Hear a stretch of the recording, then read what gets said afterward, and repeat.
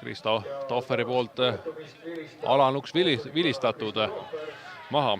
Laupäeval võideti Paide poolt Viljandi Tuleviku 3-0, kui vaatame siit päris head senderdust tuleb vasakult äärelt, vastasel ei ole vahet. Ei, siiski mängitakse löögile väga kavalalt, kas õnnestub. Välja läheb lööma, hästi lööb sinna alla nurka. Igor Subbotin ja Marko Bertan on seal väravad löönud, kui nüüd ohtlikult jääb pall ja Frolovil võimalus lüüa väike konks.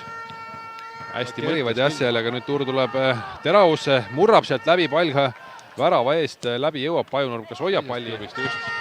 Aga nüüd Jan-Mikkel Jaol võimalik kohe lüüa ja ei olnud mitte paha üritus meestest moodustatud müüri, nii et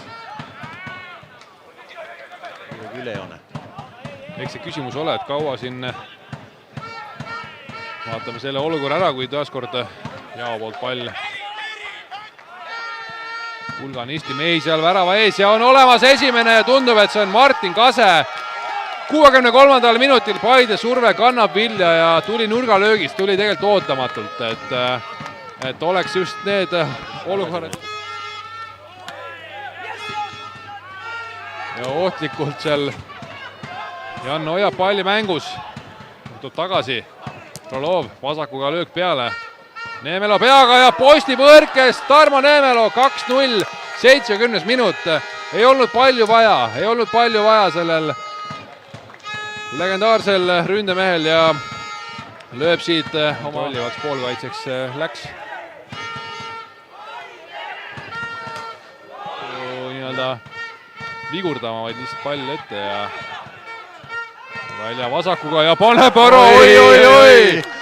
78. minutil lööd Henri Välja, paneb siukse puraka sinna taha risti, et ei ole siin Alandil midagi teha ja nüüd tundub, et on ka kodumeeskonna vastupanu selles mõttes murtud või see mäng on otsustatud, et siit põhjal ka koju minnakse, kui Henri Hanson pall värava eest läbi, nüüd Alandi alal, oskuslik jalad.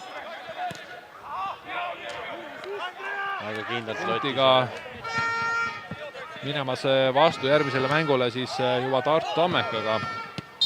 Veel kord olgu üle öeldud, täna siis Martin Kase avas skoori 63. minutil, Tarmo Neemelo 69. 2-0 ja Henri Välja 78. minutil lõppseisu 3-0 vormistas.